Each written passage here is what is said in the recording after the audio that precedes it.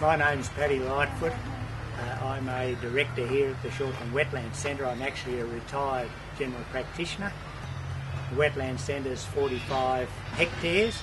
It's amazing that it still survived in the middle of Newcastle, and it had been very much degraded. It had been cut, all the timber had been cut off it for pit crops and housing. It had been burnt. It had motorbikes riding across the top of it, and it even had the ultimate indignity of having rugby union played across the top of it. So when we came, it was a very degraded swamp. What we did was to divide it into areas. Around the visitor centre we put plants that we thought should grow there to look good, show people what they could grow in Newcastle and attract birds to the area.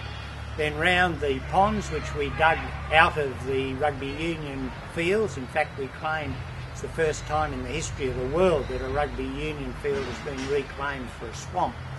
And we put just local lower hunter plants around the man-made environment, or the re-establishment of the swamp environment. And then out in the wilds, we're only planting things that we knew grew there before. We looked around the area along Ironbark Creek and around Shortland, saw what was growing and tried to re-establish it.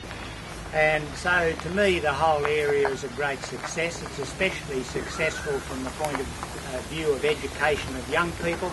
There's 2 teachers on site to teach about, to be used as resource personnel for teaching about the environment.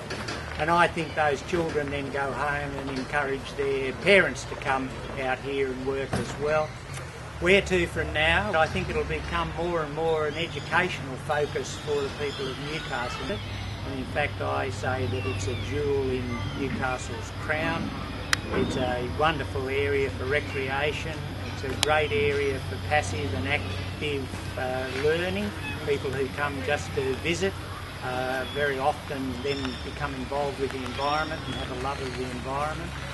And I think that the people of Newcastle can certainly thank the 140 odd volunteers who've worked on the site in the environment over the last 20 odd years.